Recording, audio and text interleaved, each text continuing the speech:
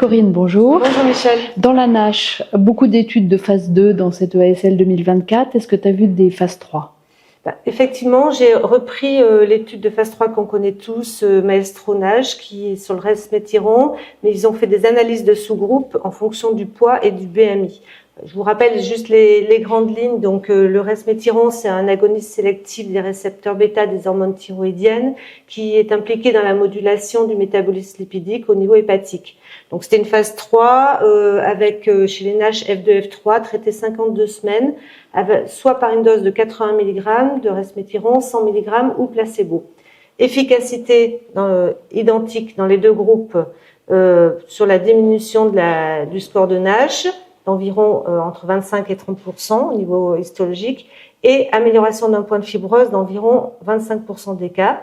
Donc, des résultats positifs. Il n'y avait pas de différence entre les deux doses. Par contre, il n'y avait pas de différence sur les effets secondaires non plus. Donc ça, c'était intéressant. Il y avait juste un petit peu plus d'arrêt prématuré de traitement dans le groupe à 100 mg. Donc là, ils ont du coup analysé en fonction du poids et du BMI pour voir si justement on pouvait améliorer la posologie en fonction du poids. Donc chez les patients qui font plus de 100 kg, il semble que la dose de 100 mg soit supérieure en tant qu'effet sur le plan physiopathologique au niveau des données de l'IRM et permettre une régression histologique plus importante. De même, en cas de BMI supérieur à 35, il y avait une réponse histologique meilleure avec la dose de 100 mg versus le 80 mg.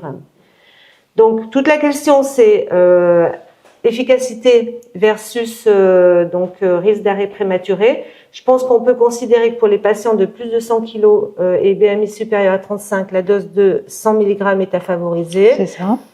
Sans prendre trop de risques, parce qu'en fait, si on regardait à nouveau les données concernant les arrêts de traitement, c'était surtout dans le groupe de moins de 100 kg qui avait eu 100 mg. Donc, on devrait, je pense, pas avoir trop d'arrêts de traitement.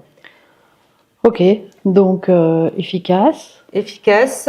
En fonction du poids. Et est-ce qu'on l'a en France ? Alors, pour l'instant, on l'a pas. La FDA a autorisé ce traitement, donc justement aux doses qu'on vient d'aborder, 80 mg pour les patients de moins de 100 kg et 100 mg pour les patients de plus de 100 kg.